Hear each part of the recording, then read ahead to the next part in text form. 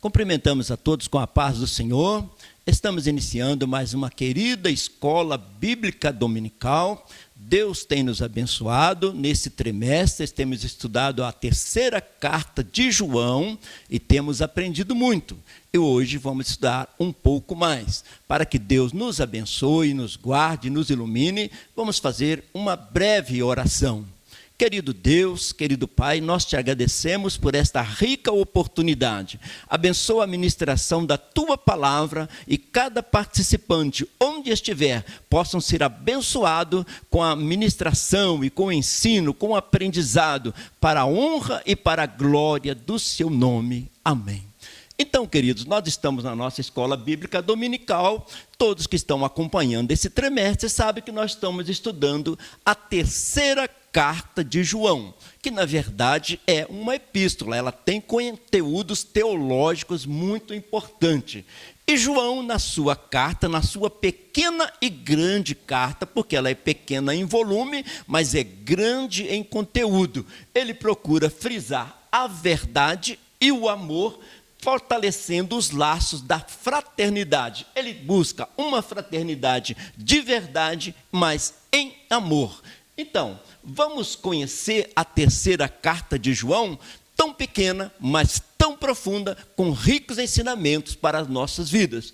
Então, a carta de João, ela nasceu logo no início da igreja, onde João é o escritor da carta, Gaio é a pessoa que recebeu a carta, o Diótrefes era um obreiro que precisava de aprender muito, e o Demétrio era um bom obreiro. Então, surgiu um drama missionário naquela época. E esta pequena carta nos traz muito aprendizados com as coisas que nós devemos imitar e as coisas que nós devemos refutar, não concordar com coisas erradas para o crescimento da obra do Senhor.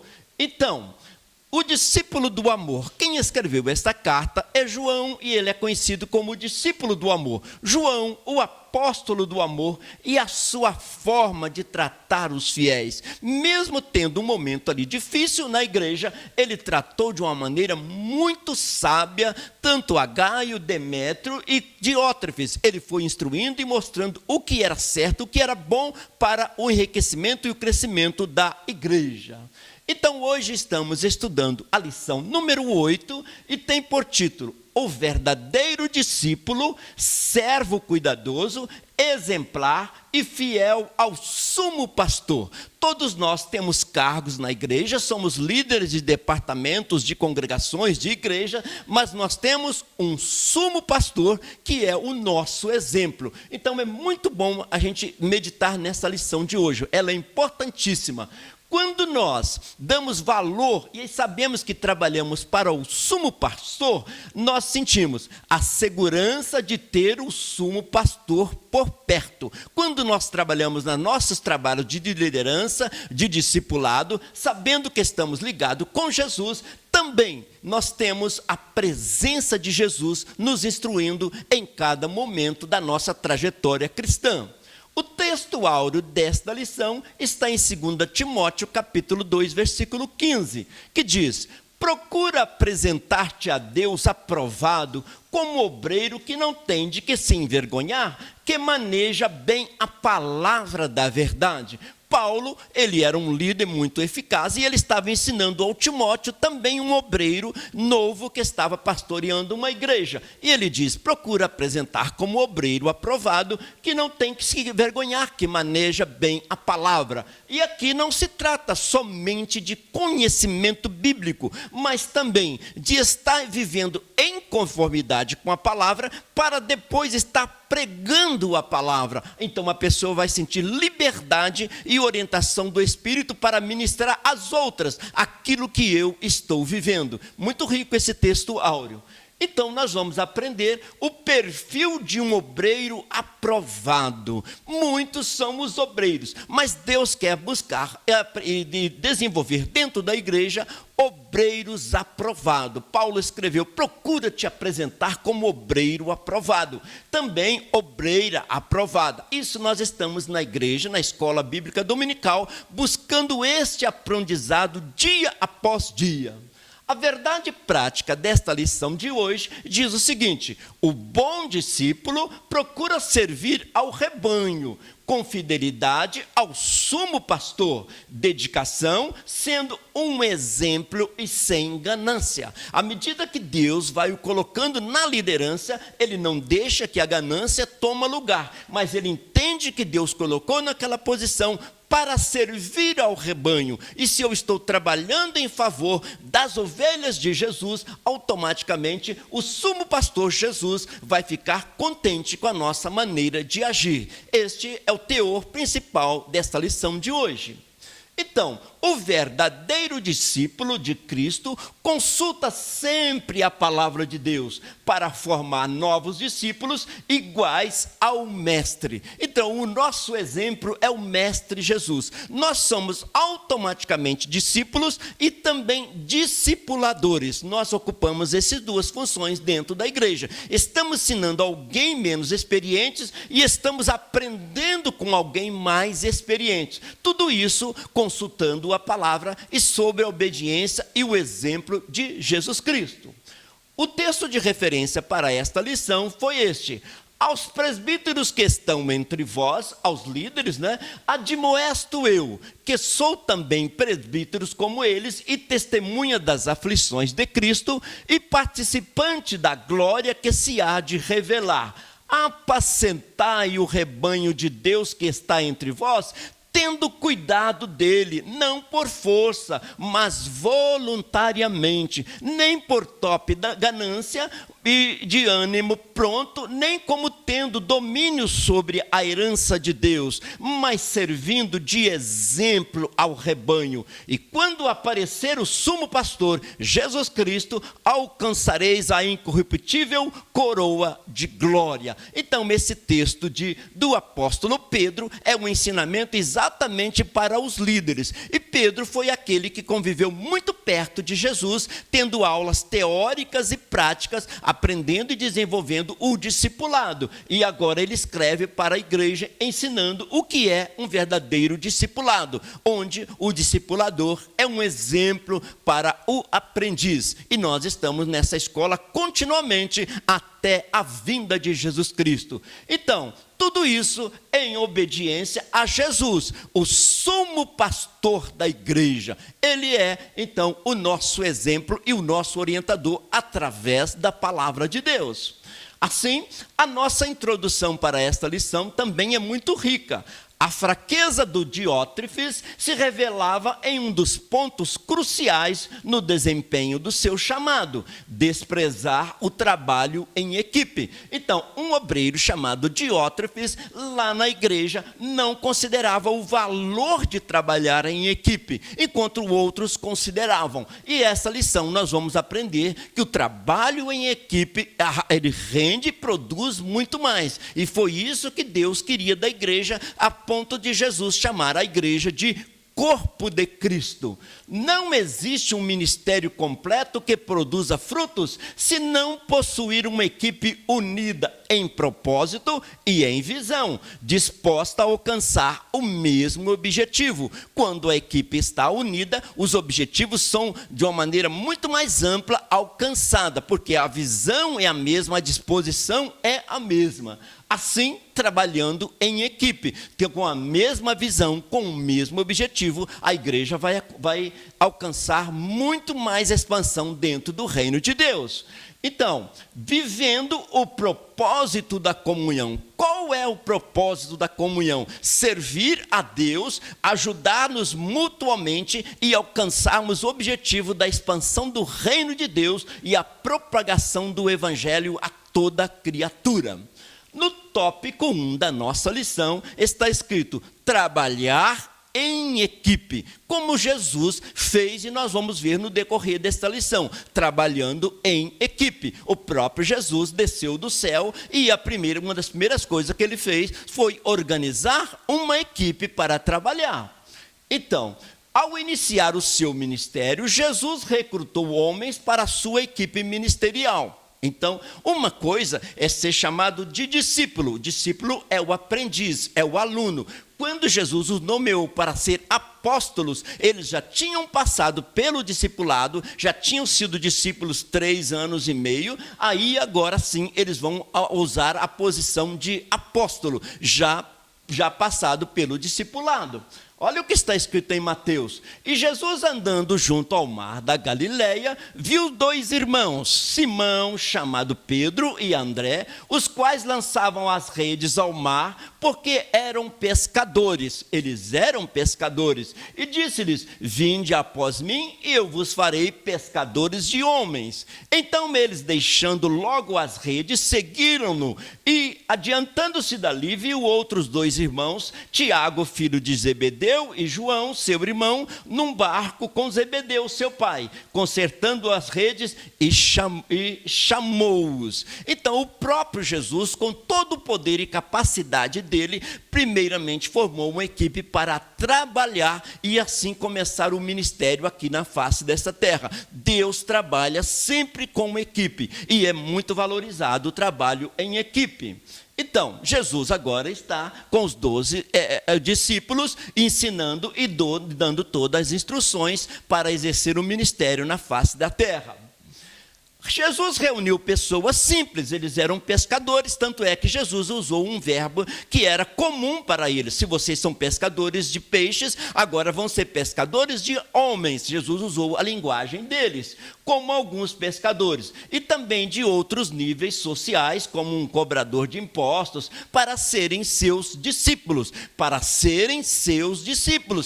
depois se tornarem apóstolos. O termo discípulo do grego matéria significa seguidor, aprendiz. Alguém que diz: eu sou discípulo de Jesus, eu sou aprendiz. Depois deste aprendizado, que é contínuo, ele vai nos ordenando assumir departamentos dentro da igreja, liderança, pastorado e assim sucessivamente. Tem muito que nós fazemos no reino de Deus. Assim, Jesus, conversando com os 12 apóstolos, Jesus gastou muito tempo, ele não perdeu tempo, ele gastou muito tempo ensinando os apóstolos. Jesus foi chamado de mestre nas Escrituras porque ele mais ensinou do que pregou, às margens do mar da Galileia. Então, tendo uma visão mais ampla do mar da Galileia, que na verdade é uma grande lagoa de 19 quilômetros de comprimento por 13 de largura. Jesus cresceu em Nazaré, nasceu em Belém, cresceu em Nazaré e foi chamado Nazareno, porque Nazareno tem o mesmo radical de Nazireu, e Jesus tinha uma missão especial aqui na terra. E ele mudou-se para Cafarnaum, às margens do mar da Galileia, onde foi a sede do seu ministério. E aqui ele atravessou esse mar diversas vezes, muitas vezes enfrentou tempestade. Alguém poderia interrogar: mas teria tempestade no mar da Galileia? Então tem um vazio aqui nas montanhas que sopra um vento que é suficiente para causar grandes tempestades no mar da Galileia. Aqui Jesus acalmou a tempestade pelo menos 2 vezes. Ele atravessava para Magdã, na terra de Maria Madalena, e lá em Betsaida, que significa casa da pesca, onde ele chamou os pescadores, e ele foi trabalhando, Tiberíades, ele foi trabalhando, e aqui foi o cenário das aulas práticas e teóricas de Jesus para com os seus discípulos. O mar da Galileia foi muito importante. Então, aqui agora olhando para o mar da Galileia como uma foto vindo do alto. E Jesus fez as multiplicações dos pães realmente numa planície, num lugar alto, bem perto do mar da Galileia, perto de Cafarnaum, agora onde ele estava residindo. E daí ele saiu para muitas caminhadas também distante, não só em Israel, mas também em terras vizinhas. Então, o objetivo de Jesus era formar homens capazes de trabalhar com Ele. Jesus sempre quer que nós trabalhemos com Ele, o tempo todo com Ele, porque Ele tem a melhor saída, a melhor orientação, em prol do reino de Deus. Jesus sempre quis colocar na mente e na intenção deles a visão do reino de Deus. Olha o que Marcos escreveu no capítulo 1. Veio Jesus para a Galileia, pregando o evangelho do reino de Deus e dizendo: o tempo está cumprido e o reino de Deus está próximo. Arrependei-vos e crede no Evangelho. Então, para Marcos, ele já apresenta Jesus adulto, já começando, já vendo que o tempo estava cumprido e Jesus já ia fazer a obra de Deus. Marcos já apresenta Jesus já no ministério, adulto, já trabalhando na obra de Deus. Jesus sempre exerceu a sua missão com confiança, firmeza e amor. Jesus tinha uma firmeza a ponto dele ser humilde e ao mesmo tempo ser líder. E nada e ninguém poderia deter Jesus, porque ele tinha muita segurança, mesmo quando ele estava servindo, ou lavando os pés, ou abençoando as pessoas, tocando nas enfermidades, ele se sentia muito seguro. Jesus, na verdade, foi um grande líder. Então, ele diz para nós: segue o líder Jesus, porque nele nós aprendemos no viver e nas palavras muitas coisas maravilhosas. 1.1, discipuladores saudáveis. Os líderes, aqueles que estão discipulando outras pessoas, precisam ser saudáveis. Para quê? Para que o aprendiz também seja saudável. Assim, o Pedro, que exerceu uma liderança saudável, se colocou com a mesma importância ministerial dos demais, ao dizer que era um presbítero como eles. Então, Pedro aprendeu muito com Jesus, já era apóstolo, e quando ele escreveu a sua carta, já tinha um apostolado já confirmado, o apostolado de Pedro. E ele foi apresentar para a igreja, e ele disse: eu sou um presbítero. Então, veja que Pedro não almejava, não tinha ganância por posições elevadas. Ele, sendo apóstolo, se apresentou como um presbítero. Então isso é muito importante, porque ele quer ensinar a igreja a servir ao Senhor. O termo presbítero em grego é presbíteros e significa ancião de idade, referindo-se à maturidade espiritual daquele que ocupa essa função. Então, o presbítero é aquele que vê por cima, é o superintendente que vê longe. Então, o presbítero traz essa ideia. E também é sinônimo de bispo, que é do latim, que dá uma visão também de superintendente, que é a mesma de ancião no hebraico. Então, o presbítero, o bispo e o ancião são palavras sinônimas, só que vieram de línguas diferentes. O presbítero em grego, aquele que lidera, que tem uma visão ampliada, da mesma coisa o bispo, que veio do latim, e ancião, que veio do judaico, do hebraico. E isso nós aprendemos que eram os líderes da igreja na época. Então, Diótrefes era imaturo e seguro. Tinha uma igreja, o dirigente era o Gaio, um auxiliar era o Demétrio e o outro auxiliar era o Diótrefes. E o Diótrefes apresentava e se destacava muito, mas ele era imaturo. Ele não passou por um discipulado necessário para exercer a função que ele estava exercendo. Então, ele praticava muitas coisas que não condiziam com a palavra de Deus. E também, com os erros dele, nós aprendemos a não errar. Então, os erros do Diótrefes estão aqui na nossa lição, para nós aprendermos com os erros dele e fazer o certo. Ao contrário de Gaio, chamado por João de amado, olha, o próprio João chama o Gaio de amado, pois acolhia os irmãos com amor. Esse era o temperamento de Gaio, a nova vida em Cristo Jesus, o que o Diótrefes não tinha. Olha a terceira epístola de João: o presbítero ao amado Gaio, a quem na verdade eu amo. Então, o João, na sua carta, ele escreve 5 vezes a palavra amado. Ele começa chamando de amado Gaio, e de repente ele não fala mais o Gaio, mas ele continua dizendo o amado, chamando o Gaio de amado, porque Gaio era um bom obreiro, maduro, seguro do que ele fazia e fazia por amor. Assim, olha que pensamento interessante. Uns amam o poder, outros têm o poder de amar. Uns amam o poder, outros têm o poder de amar. Muito diferente e muito importante lembrar disso. 1.2, discipuladores produtivos. Isso que Deus quer que nós chegamos, que nós demos frutos e os frutos permaneçam.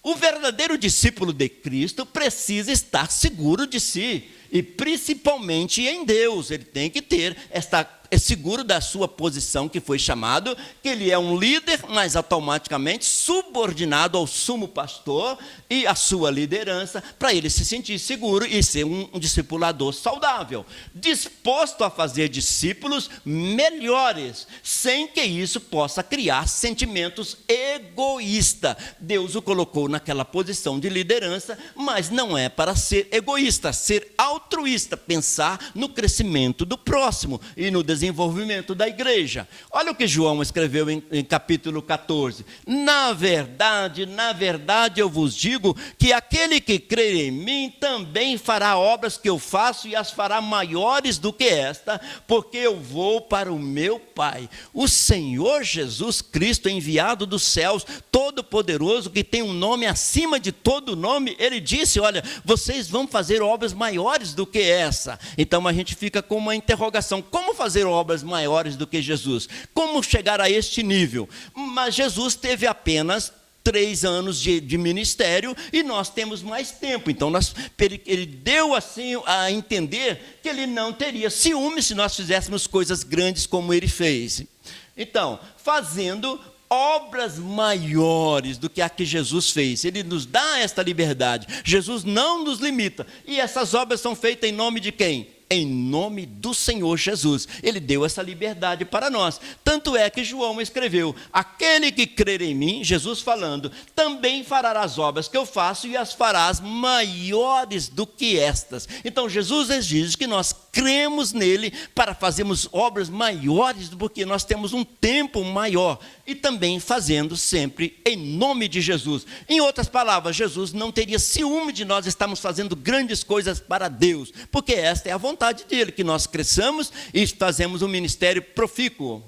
Então, Jesus não se sentia ameaçado por seus discípulos, mas os estimava a fazer obras maravilhosas como ele. Olha Mateus capítulo 10. Mas ide ante as ovelhas perdidas da casa de Israel, e indo pregar e dizendo, é chegado o reino dos céus, curai os enfermos, limpai os leprosos, ressuscitai os mortos, expulsai os demônios. De graça recebestes, de graça dai. Então, nós vemos um Jesus nos mandando a fazer obras tais como ele fez e fazer no nome dele para a expansão do reino de Deus. Ele nos dá esta liberdade de trabalhar para ele assim. Então, vai lendo esse versículo. Dai de graça o que de graça recebestes. Recebemos a salvação de graça, recebemos a própria graça e presença do Senhor. Ele manda que nós compartilhemos com as outras pessoas esta mensagem de graça, porque nós recebemos de graça. Pedro fez as mesmas obras que o seu mestre Jesus. Jesus pregava para multidões. Pedro pregou para multidões, levando centenas de pessoas à salvação. E isso engrandeceu o nome de Deus. Se Jesus pregou para multidões, Pedro também pregou para multidões. E isso estava confirmando a ordem de Jesus. Olha o que está escrito em Atos. Pedro, porém, pondo-se em pé com os 11, levantou-se a voz e disse-lhes, varões judeus e todos os que habitais em Jerusalém, seja-vos isto notório e escutai as minhas palavras, de sorte que foram batizados que de bom grado receberam a sua palavra, e naquele dia agregaram-se quase 3.000 almas. Então, quando nós vemos quase 3.000 almas se convertendo, entendemos que lá tinha muito mais do que 3.000 almas. 3.000 almas foram as que se converteram. E quantos não se converteram? Jesus pregou para a multidão? Pregou para a multidão. Pedro pregou para a multidão? Pregou para a multidão. Na unção e na ordem de Deus para a sua vida. Pedro, então, prega a palavra de Deus para a multidão no dia de Pentecostes. E não foi só essa pregação, outras pregações também aconteceram. Pedro curou enfermos, como o paralítico Enéas. Jesus curou o paralítico? Curou. Pedro também tinha autoridade de Jesus para exercer esse ministério, e Pedro não engrandeceu por isso, e nem Jesus sentiu-se diminuído por isso, porque era uma ordem dele que fizessem obras tais como ele fez. Olha em Atos 9 o que está escrito. E achou ali certo homem chamado Enéas, jazendo em cama havia 8 anos, o qual era paralítico. E disse-lhe Pedro, Enéas, Jesus Cristo te dá saúde. Levanta-te, faze a tua cama. E logo se levantou. Jesus curou muitas pessoas. Pedro curou Enéas, mas ele falou: Jesus Cristo te dá saúde. Pedro atribuiu a Jesus aquela cura. A igreja hoje ora e faz a obra de Deus, e sempre atribuindo toda a glória ao nome que está acima de todo o nome. A cura de Enéas. Disse-lhe Pedro: Enéas, Jesus Cristo te dá saúde, levanta-te, faz a tua cama. E logo se levantou. Então Jesus curou, Pedro curou, e engrandeceu o nome de Jesus. E Pedro não sentiu-se orgulhoso por isso, continuou servindo a Deus na humildade no seu ministério. Pedro ressuscitou mortos, verdade, Pedro ressuscitou mortos. A discípula de Dorcas, dificilmente a gente usa esse termo discípula, mas ele está na Bíblia, a discípula Dorcas. Ela era uma seguidora do Senhor e fazia grandes obras na sua simplicidade, mas atendia toda a comunidade, toda a sociedade da época dela. Era uma grande discípula e ela faleceu. Olha o que está escrito em Atos. E havia em Jope uma discípula chamada Tabita, ou Dorcas, que traduzido se diz Dorcas. Estava cheia de boas obras, ela fazia muito bem, e esmolas que fazia. E aconteceu naqueles dias que, enfermando ela, morreu, tendo-a lavado e depositaram no quarto alto. Mas Pedro, fazendo sair todas as pessoas, pôs-se de joelhos e orou. E voltando-se para o corpo, disse: Tabita, levanta-te. E ela abriu os olhos e, vendo a Pedro, assentou-se. O texto quer dizer o seguinte: se Jesus ressuscitou e ele falou que fizéssemos obras como ele fez, Pedro também ressuscitou Dorcas, e Jesus continuou sendo glorificado, e a vida de Dorcas continuou sendo uma bênção para aquela comunidade. E Pedro continuou na sua mesma posição do ministério, sem sentir a ganância de poder ou domínio de uma liderança qualquer, sempre na submissão e obediência ao Senhor. Quem foi Dorcas? Então, conforme já vimos, Dorcas foi uma pessoa que serviu muito, não só à igreja, mas em toda a sociedade, porque eles mostravam toda a sociedade e dizia para Pedro: olha tantas coisas que ela fez, uma pessoa digna de continuar ali trabalhando na sociedade. Dorcas havia sido uma digna discípula de Jesus Cristo, e sua vida havia se caracterizado por obras de caridade e bondade para com os pobres e atribulados, e pelo zelo na causa da verdade. Sua morte era uma grande perda. Então, foi interessante que Deus agiu para que ela voltasse às suas atividades, porque ela era muito útil na igreja. João era um líder, sem dúvida, um apóstolo. Mesmo que ele apresentava como um presbítero, ele era um apóstolo, um dos 12 apóstolos e bem chegado de Jesus.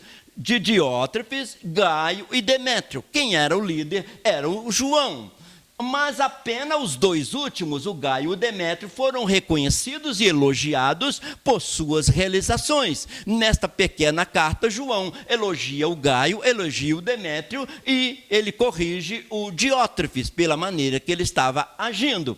O Gaio era fiel em tudo que fazia para os irmãos. O Demétrio era um cooperador de excelência, reconhecido pela igreja. Não era só o João que reconhecia Demétrio, mas a própria igreja dizia: olha, o Demétrio é uma bênção aqui na igreja. E João era o líder, e o Diótrefes não aceitava a liderança de João, fazia as coisas por interesse próprio. 3 personagens se destacam nesta carta: o Gaio, o amado; o Diótrefes, um ambicioso; o Demétrio, um crente exemplar. Então, o Gaio, o amado, a ponto de João chamar assim; o Diótrefes, um ambicioso; e o Demétrio, um crente exemplar. Então surgiu esta carta que hoje estamos estudando nesse trimestre, rica em ensinamentos. 1.3, discipuladores confiáveis. A pessoa que ensina e que lidera tem que transmitir confiança. Confiança esta que ele extraiu da Bíblia aqueles ensinamentos. Confiança esta que ele vive o que está pregando e ensinando. Então, os discípulos serão saudáveis, assim como o discipulador é saudável.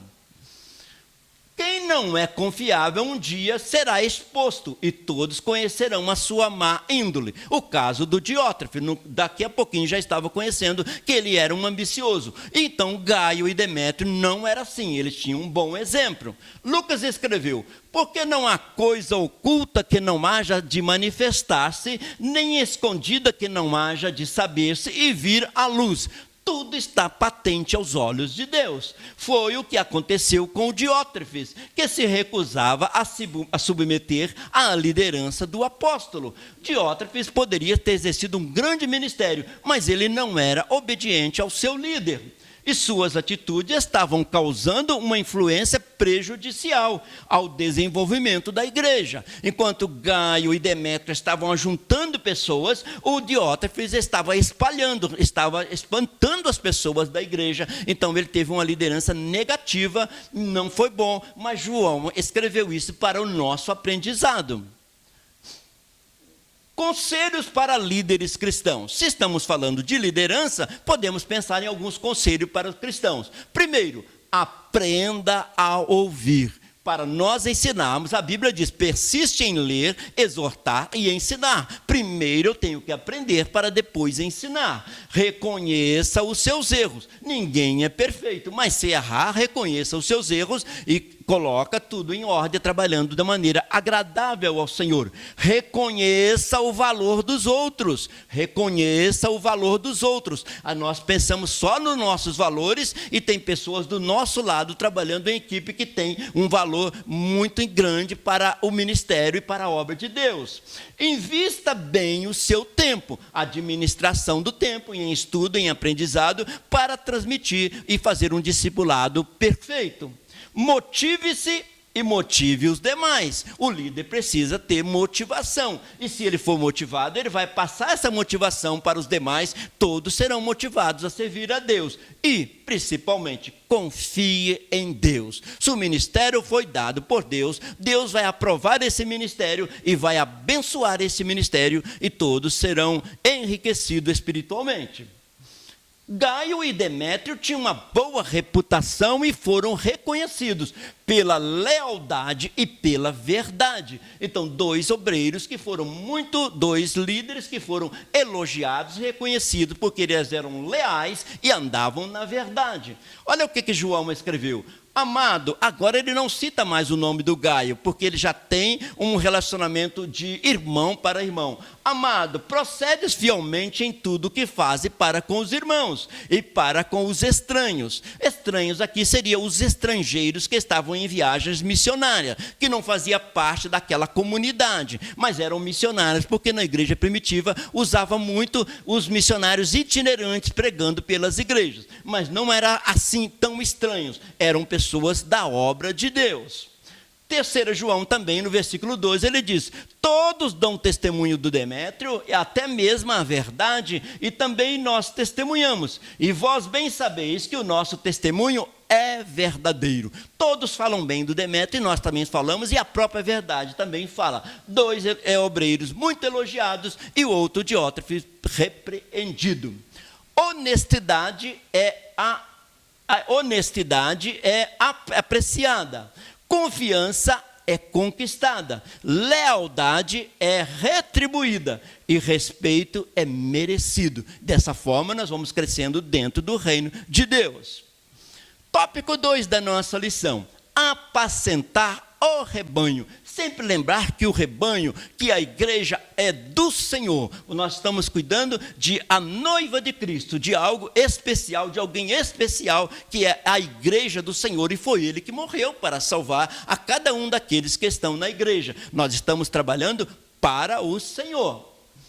Pedro foi chamado por Jesus para uma tarefa muito especial: apacentar as ovelhas. Jesus chamou Pedro e disse, então, em João 21 está escrito: tornou a dizer-lhe segunda vez: Simão, filho de Jonas, amas-me? Este é o primeiro teste. Disse-lhe, sim, Senhor, tu sabes que eu te amo. Disse-lhe, apacenta as minhas ovelhas. Então Pedro iniciou o seu ministério sabendo que ele estava apacentando ovelhas de Jesus, não dele. E como João Batista disse, eu sou apenas amigo do noivo. O noivo da igreja é Jesus. Apacentar no grego é poimaino, uma expressão usada para indicar cuidado, provisão, conduzir, guardar. Então aqui tem um ensinamento muito grande. Além de ter cuidado com as ovelhas, tem que dar o alimento espiritual para a igreja, conduzir e guardar. Então não é só cuidar, é só de guardar a ovelha, mas também alimentar a igreja.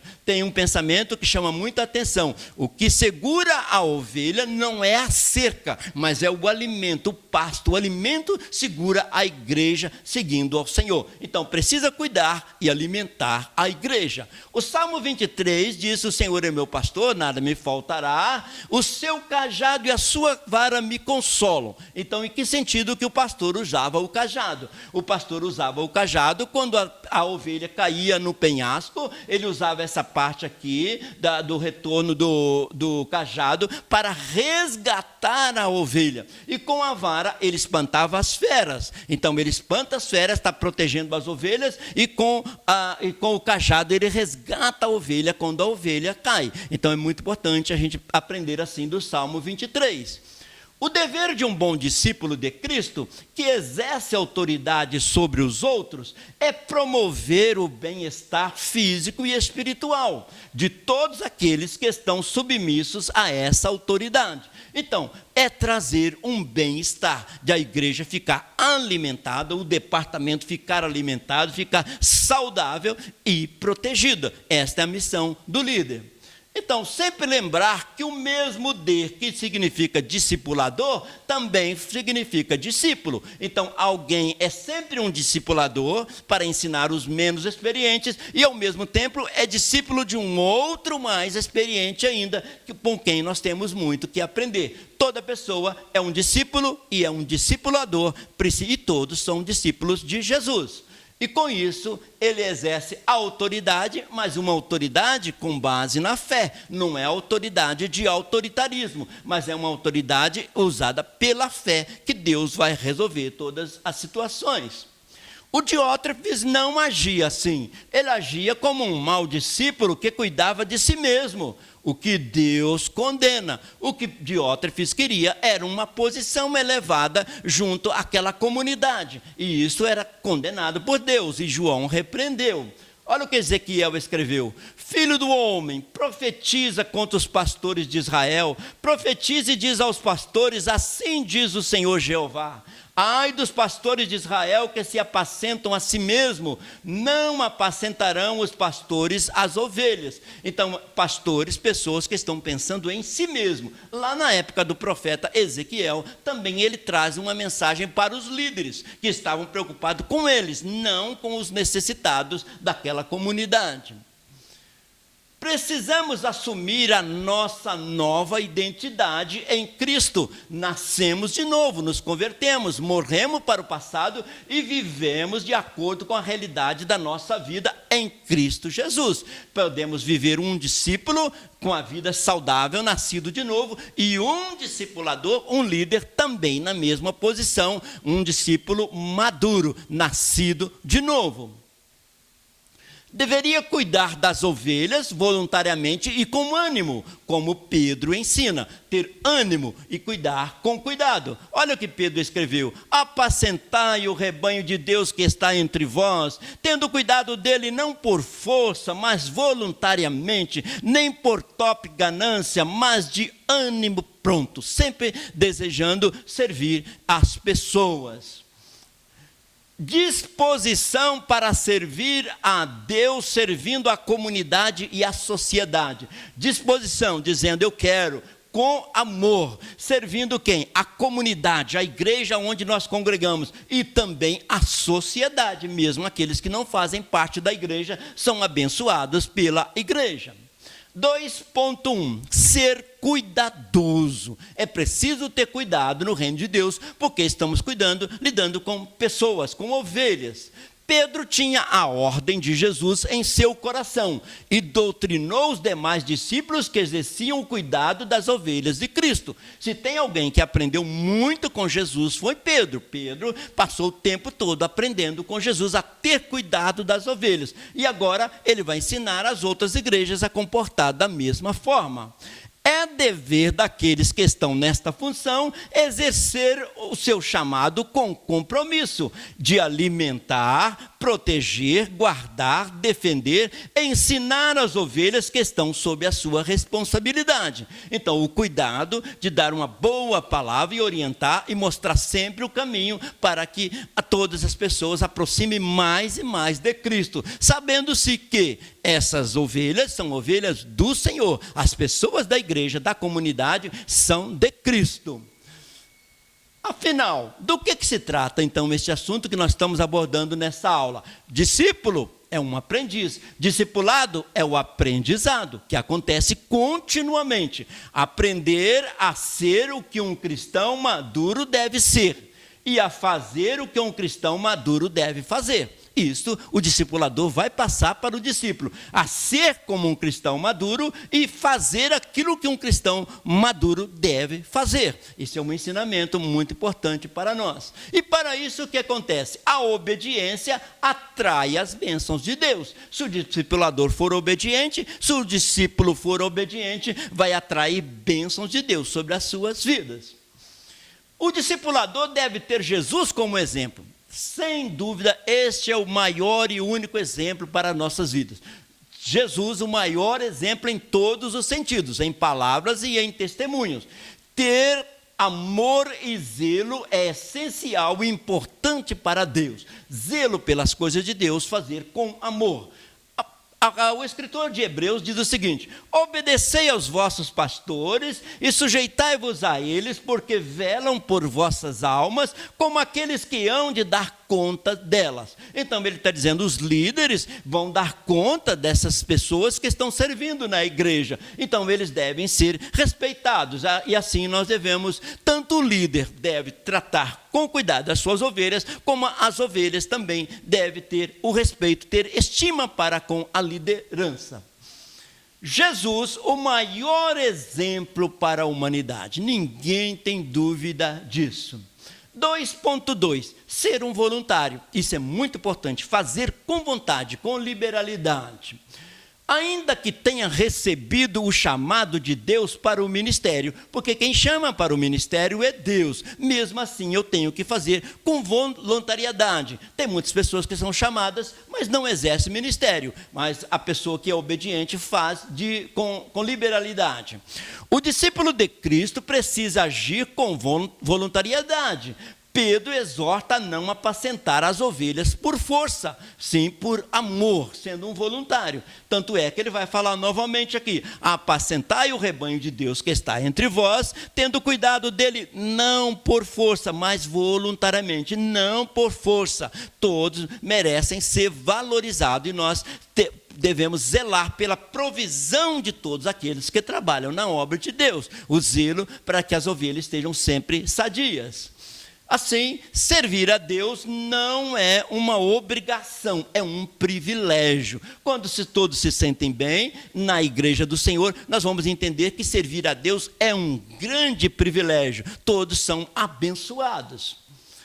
Paulo mostra que Jesus se entregou voluntariamente pelos nossos pecados. Sim, Jesus entregou voluntariamente pelos nossos pecados. Quando foram prender Jesus lá no Getsêmani, ele perguntou: a quem vós buscais? Eles disseram: a Jesus de Nazaré. Ele disse: sou eu, pode levar. Ele apresentou voluntariamente. Quando ele foi julgado por Pilatos, Pilatos disse: não sabia que eu tenho autoridade para te crucificar e te soltar? Ele disse: nenhuma autoridade teria sido dada a você se não tivesse vindo lá de cima do meu Pai. Então Jesus se ofereceu voluntariamente, e ele mesmo disse: eu tenho tenho o poder de dar a minha vida e tenho o poder de tornar a tomá-la. Então Jesus fez tudo voluntariamente. Olha a carta aos Gálatas. Graça e paz da parte de Deus Pai e de nosso Senhor Jesus Cristo, o qual se deu a si mesmo por nossos pecados. Se deu a si mesmo, voluntariamente, para nos livrar do presente século mau, seguindo a vontade de Deus, nosso Pai. A vontade do Pai era que Jesus padecesse em favor da salvação da humanidade, e Jesus obedeceu e fez esta obra tão maravilhosa, por isso hoje estamos salvos. Então, foi por amor. Quando olhamos para o Calvário, nós vemos um Jesus vitorioso, porque ele fez e tornou essa atitude por amor. Acabamos de ver que ele fez mesmo por amor. A vontade é uma atitude muito importante para Deus. O que está dentro de nós, vontade de servir a Deus, é muito importante, porque mostra a capacidade de escolha e não de algo. Então, quando somos chamados para um ministério, é uma chamada que nós temos a liberdade de escolha. Uns obedecem e vão para o ministério, outros não vão dedicar ao ministério. É uma escolha, é uma coisa voluntária. Jesus escolheu ser o nosso bom pastor. Interessante, ele está lá na glória, cheio de glória, adorado por anjos e arcanjos. De repente ele deixa a glória, torna-se humano no mesmo limite do nosso corpo, e depois vai morrer em morte de cruz ainda, para que nós tivéssemos a salvação da nossa alma e o nosso nome escrito na glória.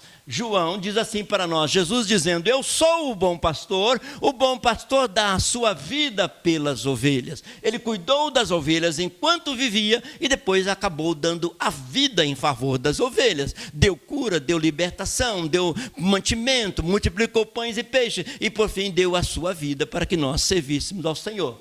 Assim cumpriu este versículo bonito que está na Bíblia: o bom pastor sacrifica a sua vida pelas ovelhas. Onde está o bom pastor? Passou pela cruz e está sempre dando vida para nós. O desejo de Gaio, na mesma igreja, vamos voltar lá. O desejo de Gaio e Demétrio era serem cooperadores que andam na verdade. Eles tinham boa intenção, o Gaio e o Demétrio, para que os propósitos espirituais fossem alcançados. Eles tinham a mesma visão de João. Eles queriam alcançar almas para o reino de Deus. Deus respeita a vontade humana, mas deseja que vivamos segundo a sua vontade, boa, agradável e perfeita. A vontade de Deus vai ser sempre boa, agradável e perfeita, em todos os sentidos, quando estamos na direção de Deus e trabalhamos na direção de Deus. Paulo, escrevendo aos Romanos, ele disse: para que experimenteis qual seja a boa, agradável e perfeita vontade de Deus. Como nós vamos experimentar essa boa vontade? Vivendo no reino de Deus. Nós vamos experimentar a boa, perfeita e agradável vontade de Deus, servindo no reino de Deus. 2.3, ter ânimo. Ter ânimo é muito importante para que nós possamos fazer a obra de Deus. O caráter do Diótrefes, lembra do Diótrefes, que ele agia de forma negativa? Ele sempre vem aí para que nós aprendamos com os erros dele. O caráter de Diótrefes o impedia de ser um verdadeiro discípulo pronto a atender os anseios do rebanho. Ele estava preocupado muito com a sua posição, não dedicando ao rebanho, como era o caso do Gaio e do Demétrio e do João. O ânimo é frequentemente evocado por Deus aos homens, para deixá-los prontos a cumprir as suas tarefas. Então, é dedicar ao reino e vir a expansão do reino de Deus. Olha o que está escrito em Josué 1:9.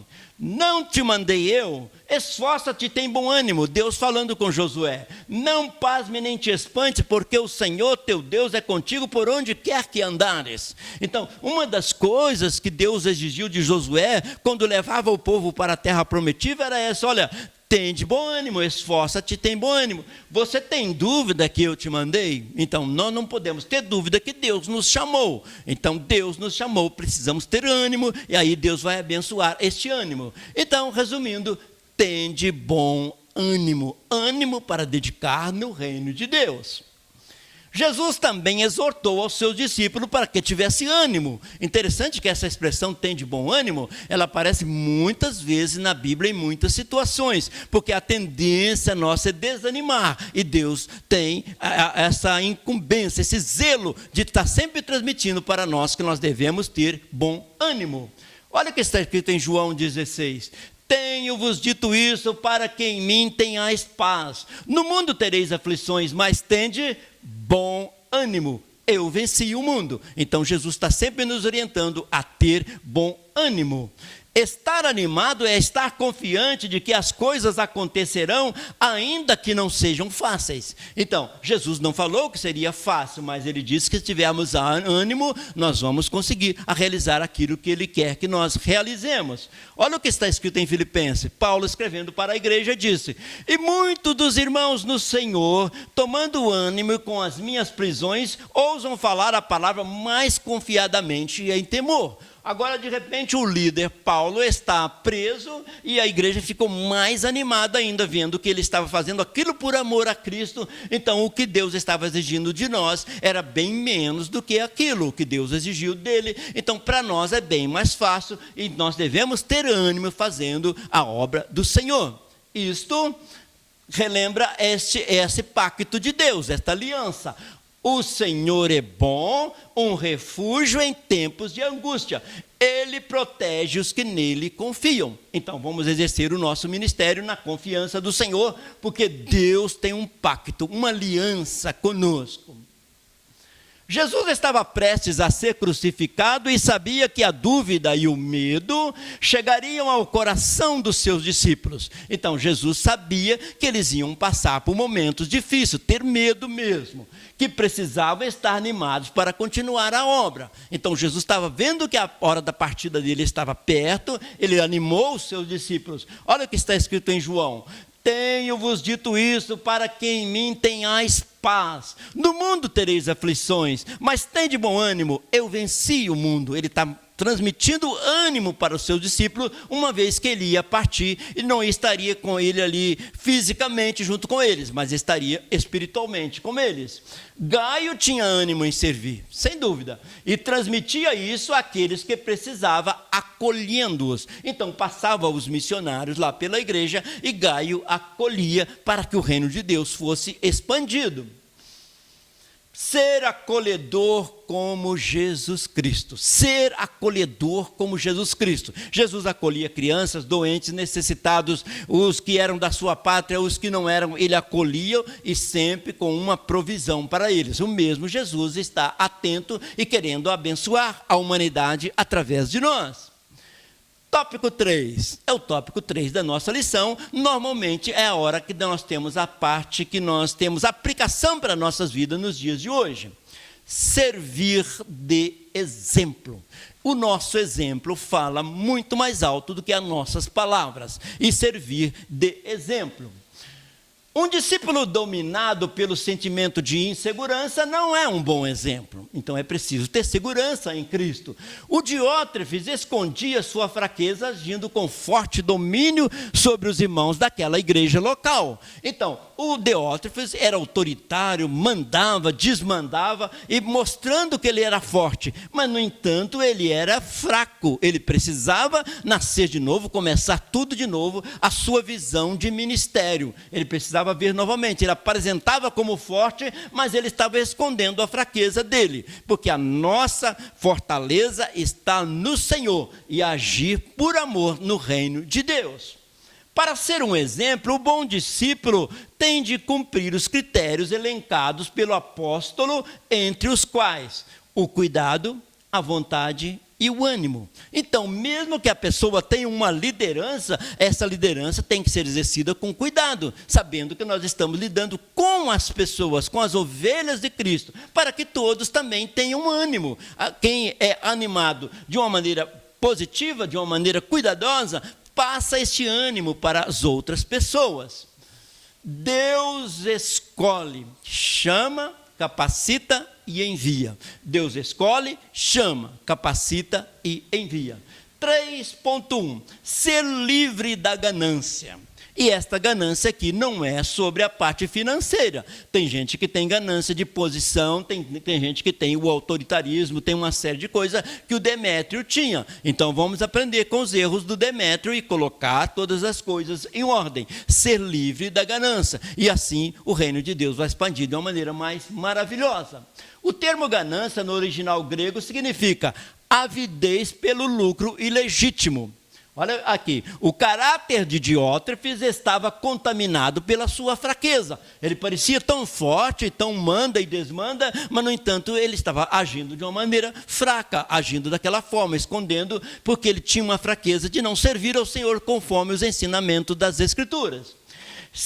Sede de poder, egoísmo, maldade, desrespeito à liderança eclesiásticas, rebeldia e ganância. Então, o que Demétrio estava fazendo ali de errado é um grande ensinamento para nossas vidas hoje. Não seguir o exemplo do Diótrefes, que estava agindo com autoritarismo e estava trazendo, espalhando, desanimando as pessoas que, ao invés de transmitir ânimo para que as pessoas continuassem na igreja. Mas será que isso foi só naquela época da igreja? Veja bem, e os Diótrefes modernos? E os Diótrefes modernos? Será que eles existem?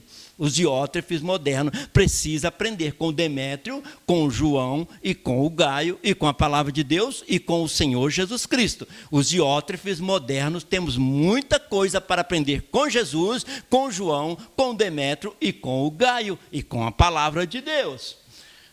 O hábito de falar com Deus, olha que interessante, irmãos, o hábito de falar com Deus muda o nosso jeito de falar com as pessoas. A pessoa que fala muito com Deus, ele aprende a conversar com as pessoas, a transmitir algo para as pessoas. Então a Bíblia está continuamente nos ensinando isso, tá? Falar com Deus é muito importante, que a gente aprende a falar com as pessoas, a lidar com as pessoas para o bem da expansão do reino de Deus. Diótrefes queria tirar proveito da obra de Deus, colocando-se como prioridade em tudo, agindo ao contrário ao que Jesus ensinou.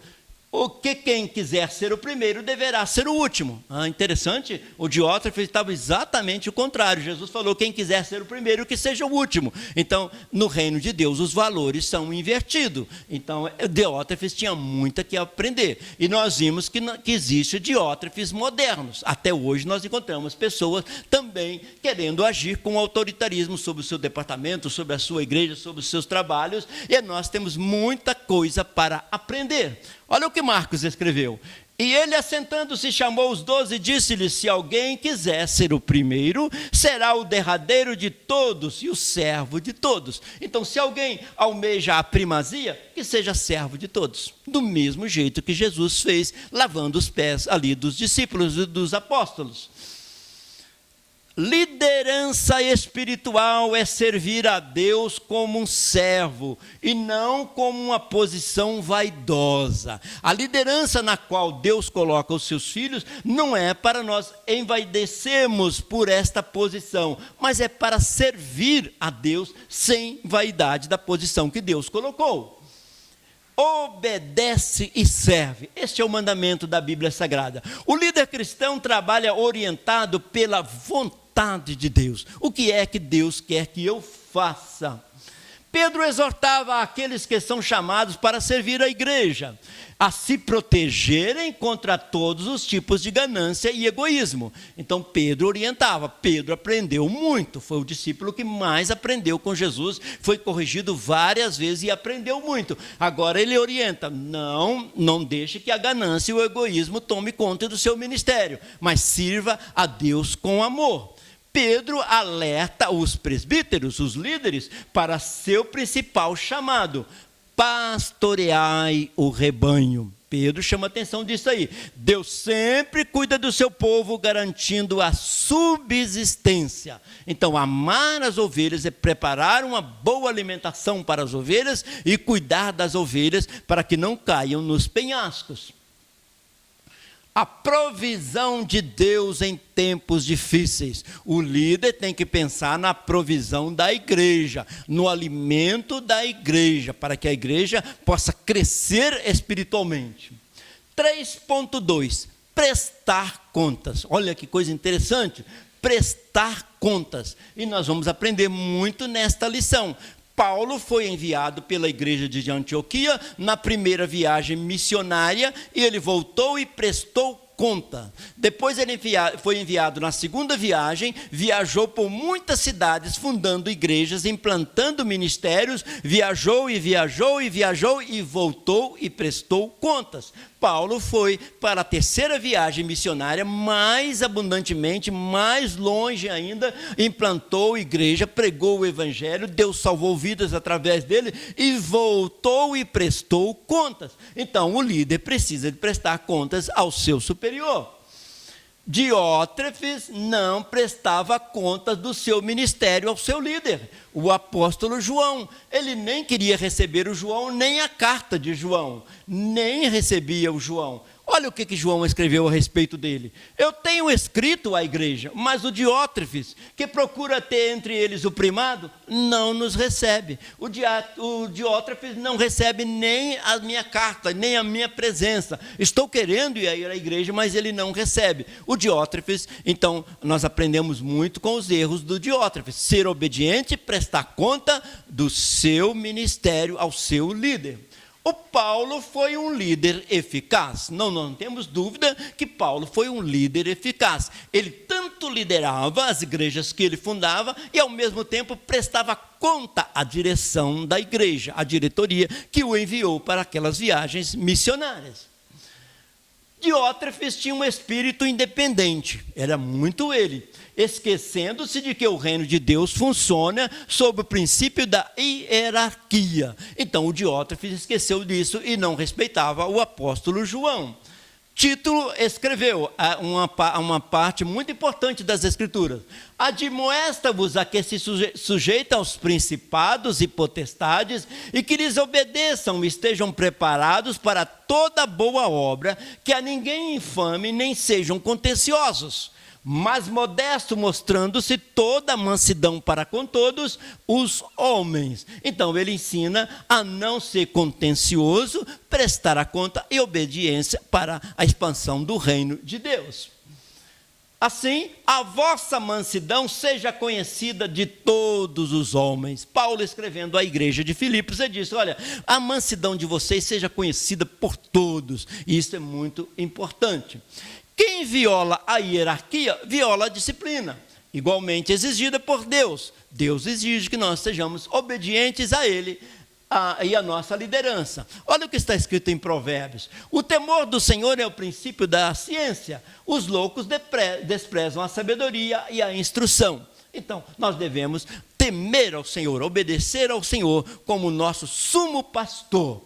O Diótrefes deveria reconhecer e honrar aquele que estava presidindo sobre ele, mas ele não fazia isso. Olha o que Paulo escreve aos Tessalonicenses: e rogamo-vos, irmãos, que reconheçais os que trabalham entre vós e que presidem sobre vós no Senhor e vos admoestam. Então, que vocês honrem aqueles que lideram, que ensinam, que instruem dia após dia.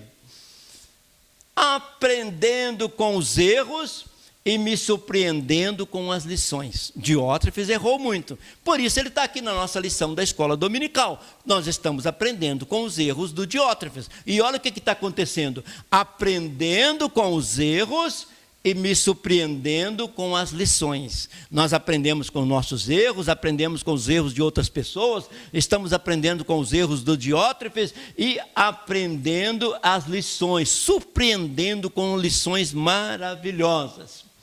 Deus designou líderes para a igreja e líderes sobre líderes. Então, na igreja há uma hierarquia que devem ser respeitadas. Essa é a hierarquia dentro da igreja.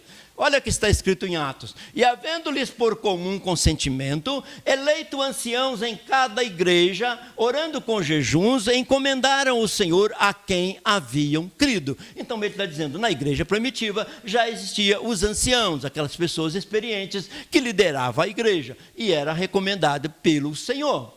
Olha em Atos 14. E dali navegaram para Antioquia, onde tinham sido recomendados à graça de Deus para a obra que já haviam cumprido. Então eles faziam tudo isso pela graça do Senhor, enviado pela sua igreja para aquele ministério. Fazia a obra de Deus e Deus era louvado e a igreja crescia. Como tratar os líderes da igreja? Reconheçam, acateis com apreço, tenham consideração, tenham respeito devido, tenham-nos no mais alta estima e amor. Então, a liderança levantada por Deus nós devemos ter todo o respeito e toda a atenção, porque foram colocados por Deus. 3.3, e já encerrando a nossa querida escola dominical. Receber a coroa da vida. Depois de ter exercido este ministério, este aprendizado, ser discípulo, ser discipulador, colocar em ordem tudo aquilo que Deus nos ensinou até agora, aprendendo as coisas boas do Demétrio, do Gaio e de João, e rejeitando as coisas erradas do Diótrefes. Então, nós vamos caminhando no ministério para receber a coroa.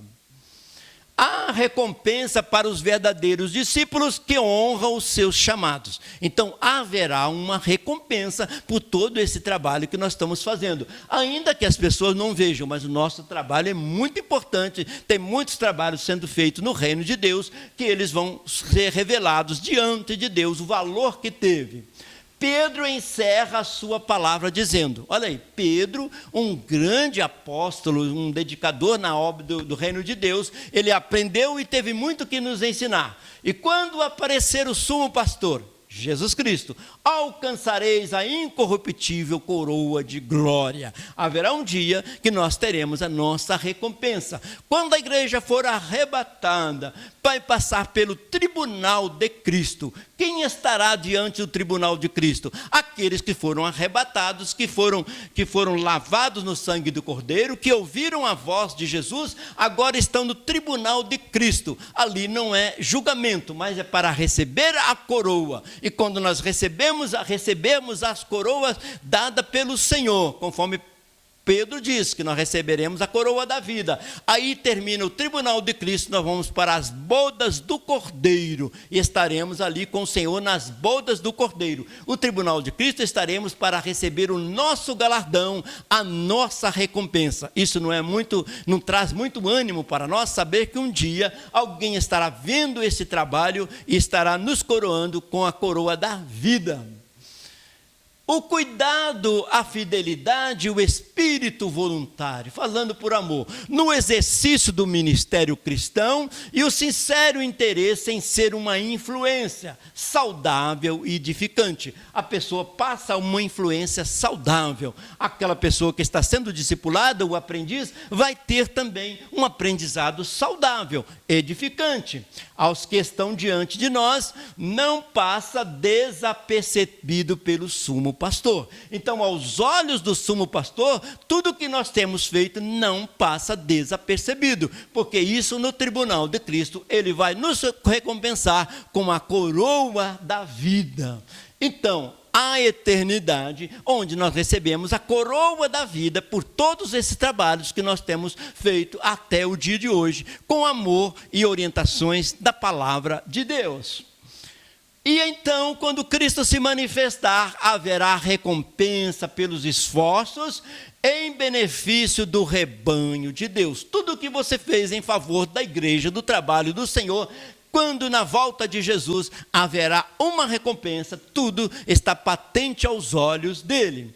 Esse cuidado com vidas que pertencem ao Senhor nos leva a refletir na parábola de dois servos ensinado pelo mestre. Ele falou a parábola de dois servos. Um era o servo bom e o servo mau. O servo mau não fazia aquilo que agradava ao Senhor quando ele viajou. O servo bom fez aquilo que agradou ao Senhor e ele foi elogiado pelo seu Senhor. Então nós somos servos e procuramos ser servos bons, fazer de uma maneira que agrade ao Senhor da vinha.